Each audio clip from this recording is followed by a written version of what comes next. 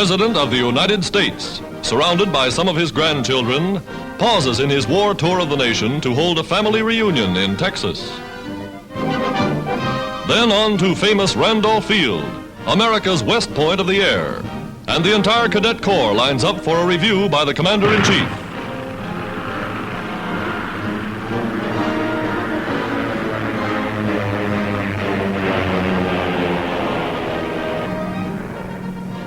At another Army flying school, student bombardiers soar aloft for a demonstration of aerial precision and marksmanship, nosing their way through fleecy clouds for a final test before joining their comrades in action overseas.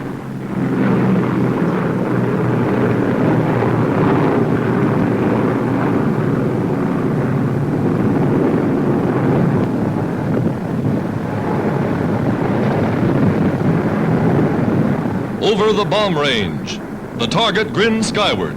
This is their objective. Everything ready. Bombs are in racks poised for their downward screaming flight. The bombardier releases his load with split-second timing, and the result?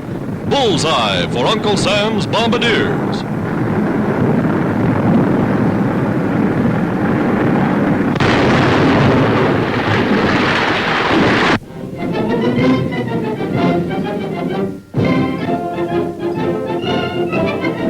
Polish Americans march up New York's Fifth Avenue in honor of their great patriot and national hero, Count Pulaski.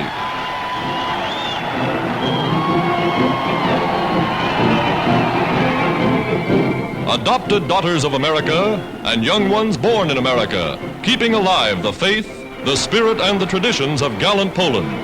A Poland that will rise again.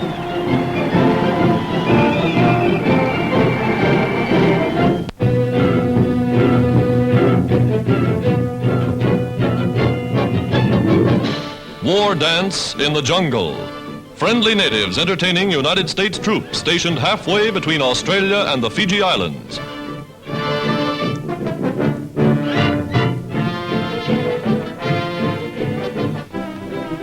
Here in New Caledonia, the Stars and Stripes are carried by shock troops sent to hold this rich and strategic island for the United Nations. Moving, hard-hitting mechanized units speeding into action, patrolling the 8,000 square mile outpost over jungle trails and mountain streams.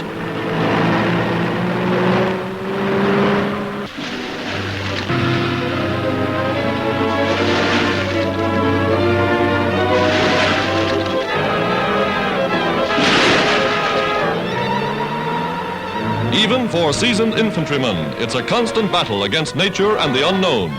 Always on the move, guarding every point against possible attack.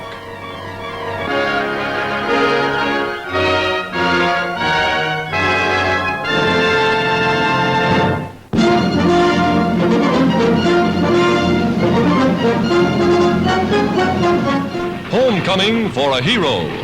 Neighbors, friends, the entire town turns out to welcome the first United States Army man to win 4 of the nation's highest decorations for valor. Captain Alvin Muller, home on leave from war in the Pacific. The captain's mother, so proud she's breathless and very nearly hatless. The captain's father, adding his approval. Then down Main Street, Captain Muller rides with his wife. As pilot of a flying fortress, he distinguished himself in air combat in the South Pacific. 4 decorations for bravery and heroic rescues under fire. And even as these scenes of happy homecoming are issued, Captain Muller is back with his command, seeing the job through.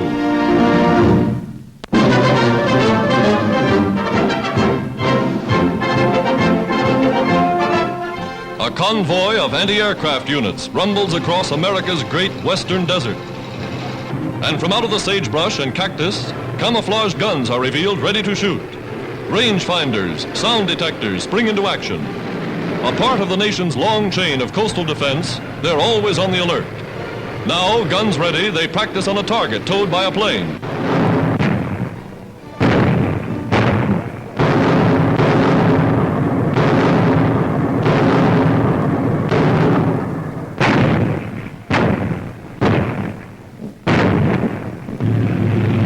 Against enemy tanks, anti-aircraft automatics fire point blank.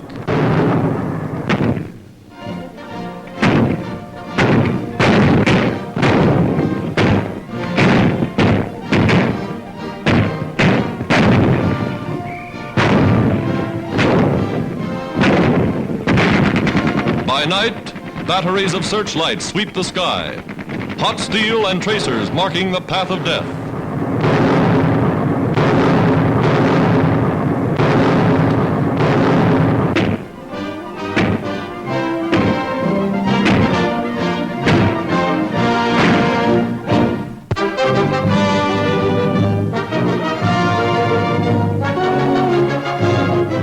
Arriving in Rio de Janeiro, United States Secretary of Navy Frank Knox comes to inspect military and naval bases in South American waters. Brazil attaches great importance to the Secretary's visit. With President Vargas, he sees the nation's newest class of aviation cadets become full-fledged flying officers of the Brazilian Air Force.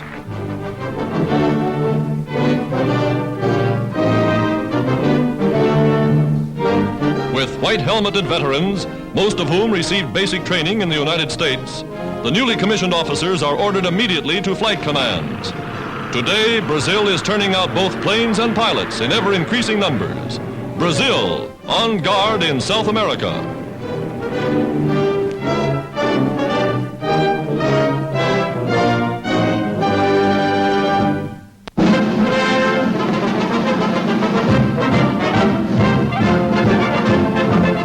Cadet School for the future officers of America's rapidly growing merchant marine. Here, keen-eyed, alert young men master the problems of navigation and seamanship. Learn to do a sailor's job like regular men of the sea.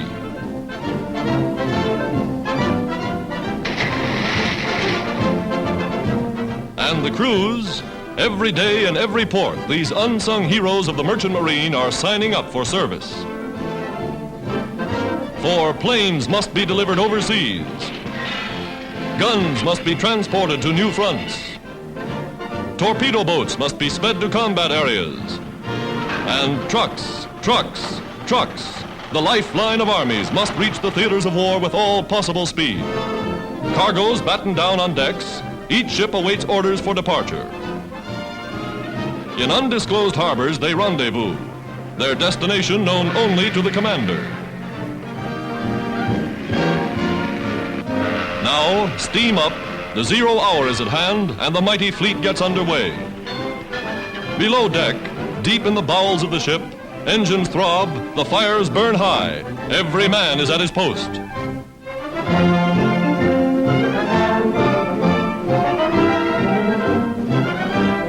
Yes, just like the Army, the Merchant Navy also travels on its stomach. From galley to mess room, officers and men are fed the finest food ever served aboard a freighter.